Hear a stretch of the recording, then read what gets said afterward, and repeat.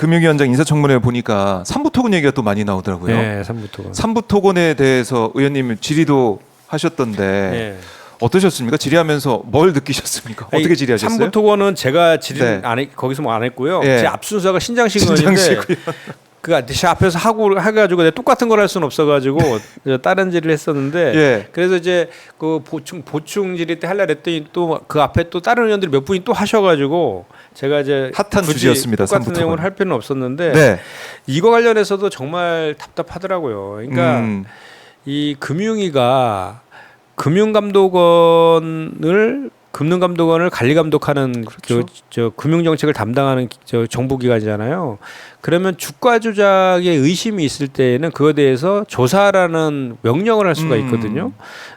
근데 김건 이 삼부토건 관련해서 주가 조작과 아주 유사한 패턴이 분명히 나타나고 있는데 차트상으로도 누가 봐도 이건 누가 봐도 주가 조작이에요. 누가 봐도 주가 조작이다. 그 차트까지 다 보여줬는데 네. 불구하고 그래서 이제 이런 거잖아요. 이게 이제 뭐 그 삼부토건이 작년 5월부터 7월 사이에 주가가 그러니까 5.5배, 네. 1,100원, 1,000원 하던 게 5,500원까지 올랐다. 3개월 동안. 그다음부터 지금 다시 원위치로 와 있는 그런 1,000원대. 상황인데 그 3개월 사이에 특별한 호재도 없었는데 아무런 뭐 공시 이런 거 뜬 것도 없고 오히려 그 8월 달에는 네. 해외 사업에 대해서 철수할 것이다라고 공시가 그래요? 떴는데 그 이전인 7월 달까지 5월부터 7월 달까지 주가가 다 5.5배 올랐어요. 예. 근데 이것이 공교롭게도 이게 알려진 것이 그 멋쟁 해병 카톡 단톡방. 멋진 해병 카톡방 예. 거기에서 이종호 김건희 여사의 주가 조작 주포 네. 그 했던 그 전 이종호 블랙홀 씨가 인베스트먼트 대표. 3부 체크하고 네. 요게 요런 게 그 카톡방에 써진 게 5월 14일이에요. 5월 14일인데 5월 바로 14일. 그 다음 날부터 5월 15일부터 급등하기 시작하거든요. 3개월 동안. 그런데 그때 어떤 일이 있었냐면 네. 5월 16일 날 우크라이나의 영부인이 한국 방문해 갖고 김건희 여사 만나잖아요. 맞아요. 그리고 그 다음 날 5월 17일 날 우크라이나에 대한 지원을 발표해요. 아하. 그죠? 그다음에 7월 달에 그 윤석열 대통령이 우크라이나를 또 방문하잖아요. 그렇죠. 그리고 그 사이에 5월 달에 또 그 원희룡 국토부 장관이 폴란드 방문해 갖고 그 재건 사업 지원한다 할 때 삼부토건이 같이 네. 갑니다. 거기에. 아. 이런 일련의 상황들이 그 시기에 있었단 말이죠. 이런 미공개 정보를 이용해서 네. 주가 조작한 것이다. 이런 의혹이. 그리고 그 이런 짧은 시간 안에 그 거래량이 막 그 뭐 40배 이상 막 튀고 네. 막 그 거래량도 폭등하면서 뭐 그 주가가 상한가 막 올라가고 막 이렇게 하는데 예. 상한가를 칠 전혀 그런 그 호재라든지 이런 게 전혀 없었고 예. 오히려 그 저 삼부토건 같은 경우는 뭐 부채가 400%다라는 뭐 그런 법정 관리 들어갔던 그런 저기 그 기업 아니었어요?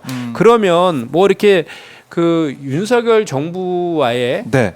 그런 관련성 그 뭐 이게 정말 그 이런 걸 떠나서 정치적 사안을 넘어서 그러니까 자본시장의 신뢰를 아예 떨어뜨릴 수 있는 거거든요. 뭔가 이상해 보이는. 예, 그렇기 때문에 이 주가 조작이 있었느냐 없었느냐 정도는 조사해야 되는 거 아니에요? 당연히. 그렇네요. 아니, 다른 이런 사례가 있으면 조사 안 합니까?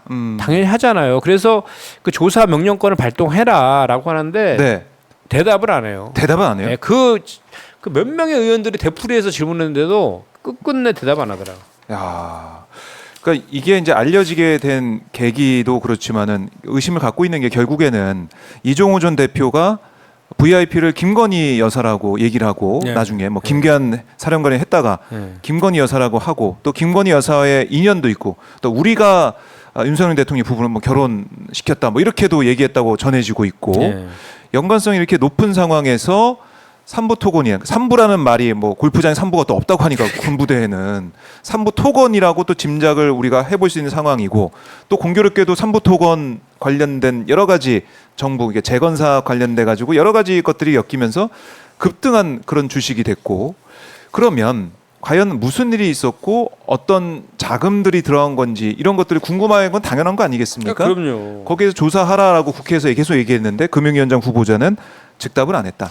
아니 이게 보통이면 보통 그 정도 그 질의하고 이렇게 구체적인 내용까지 차트까지 보여주면서 이렇게 이건 주가 조작의 전형적인 패턴이다라고까지 얘기했으면 그럼 살펴보겠습니다라고 정도는 해야 되지 않아요? 그렇죠. 나중에 하든 말든 그건 둘째 네, 치고. 인사청문회인데. 야, 근데 끝까지 버티더라고요. 하하. 이 사람이 왜 이 윤석열 정부에서 네. 황태자처럼 잘 나가는지를 알겠더라고요. 그러니까 지금 지난 총선 때 있잖아요. 저희가 이 인사도 정말 부적격하다고 생각되는 게 지난 총선에서 우리가 그랬잖아요. 못 살겠다 바꿔보자. 네. 민생 파탄, 경제 폭망 이거에 대해서 그 국민들이 심판했잖아요. 그것도 참혹하게 심판을 했습니다. 네. 그 당시에 지금 이 김병완 이 내정자는 예. 그 대통령실 인수 시절부터 인수위에 들어가서 일을 했고요. 그 다음에 바로 그 이제 그 금융과 경제는 대통령이 직접 챙기겠다 그러면서 그 경제금융비서관을 신설해요. 아. 초대 경제금융비서관으로 네. 임명이 됐어요.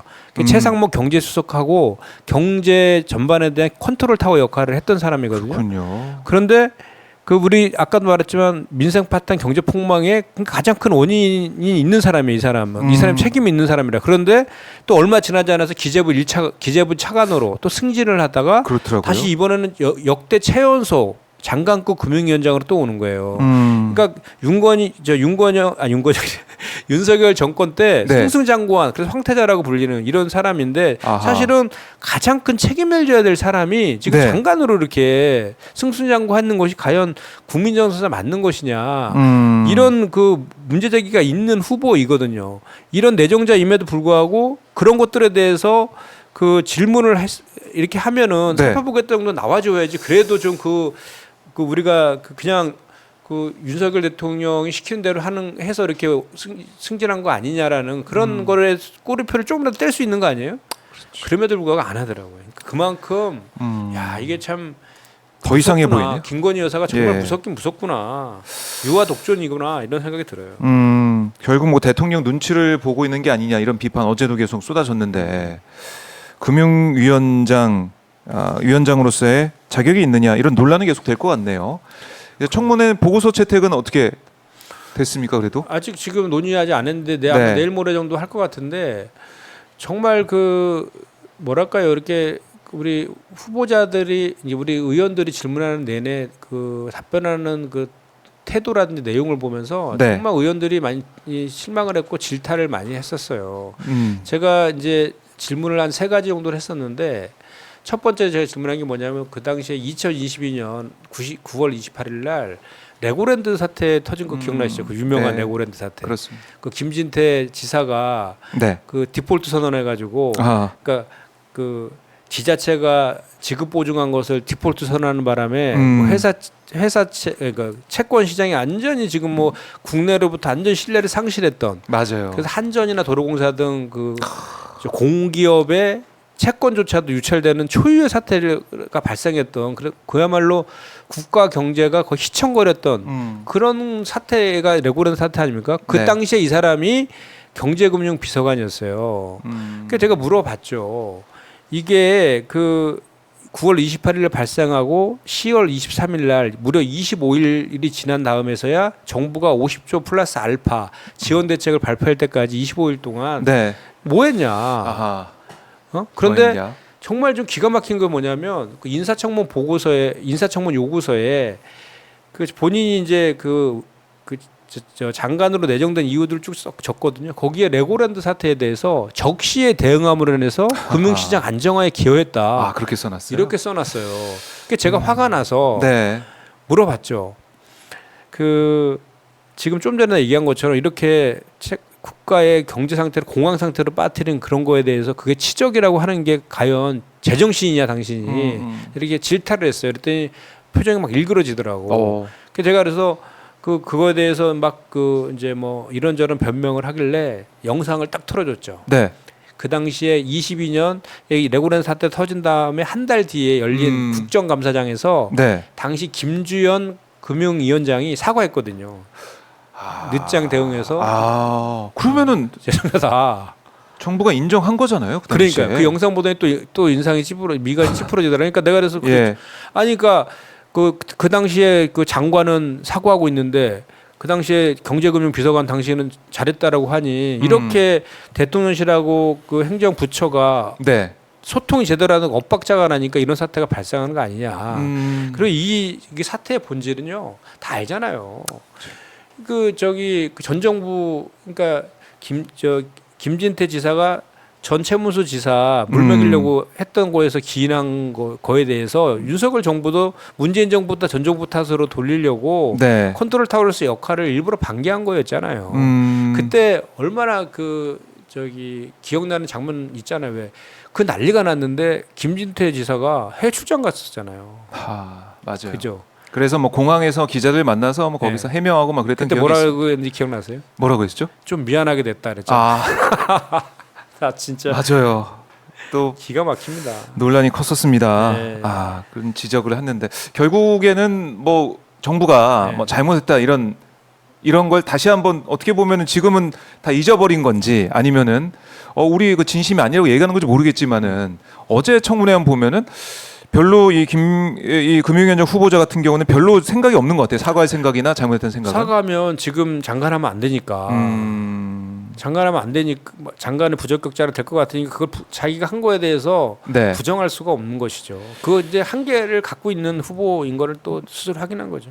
네, 김병완 금융위원장 후보자 청문 보고 채택 어떻게 될지 모르겠지만 일단은 삼부 토건 이 주가 급등하는 과정 여기 조사 관련해서는 확답하지 않았고 또 우리 김현정 의원이 질의한 레고랜드 사태 그 이후 잘했다 자화자찬 그 지적했더니 거기에서 또 글쎄요 별로도 인정하는 모습을 보였기 때문에 한번 지켜보겠습니다. 네. 어떻게 될지. 그리고 이제 김병완 그 금융위원장 내정도 사실은 우리 이제 정치적인 영역에서는 큰 관심이 없지만 네. 정말로 중요한 자리입니다. 금융위원장 자리가. 우리나라의 금융 정책을 총괄하는 자리거든요. 그래서 소상공인 자영업자라든지 이런 이 사람들을 어떻게 이렇게 그 구제할지 네. 지원할지에 대한 그 금융 그 지원 정책 이런 것들도 다 여기 가날이고 또 주가 조작이라든지 자본 시장을 활성화시키는 그런 중요한 역할들도 이 자리에서 이렇게 하는 거예요. 네. 이런 사람이 이렇게 지금 현재 그 경제 폭망 민생 파탄의 책임을 있는 사람이 이 자리에 지금 와 있는데 정말 걱정이 돼요. 그래서 제가 또 하나 그래서 물어본 게 뭐였냐면 네. 이 사람이 이제 그 재경 쪽에서 기재부 쪽에서 오래 근무를 했잖아요. 네. 그러니까 그 경제를 부양하는 이제 방법은 이제 재정 정책을 통해서 이제 많이 부양을 하잖아요. 그러니까 재정 정책과 금융 정책은 서로 다른 거거든요.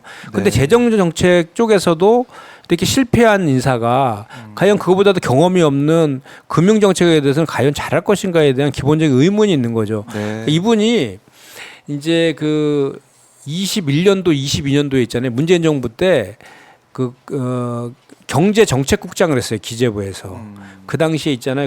아마 기억을 복귀해 보면 그 22년도에 그 이제 문재인 정부 때, 그러니까 21년도 문재인 정부 때 코로나19 상황에서 적극적 재정 정책을 폈잖아요. 네. 그 결과로 경제가 4.6%가 상승이 됐고, 그 다음에 그 취업자 수도 100만 명이 넘었어요. 그래서 22년 만에 역대 최대 고용률을 달성했었거든요. 그래서 이렇게 경제도 회복되고 고용도 회복이 돼가지고 세수가 61조가 넘게 그때 거쳤거든요.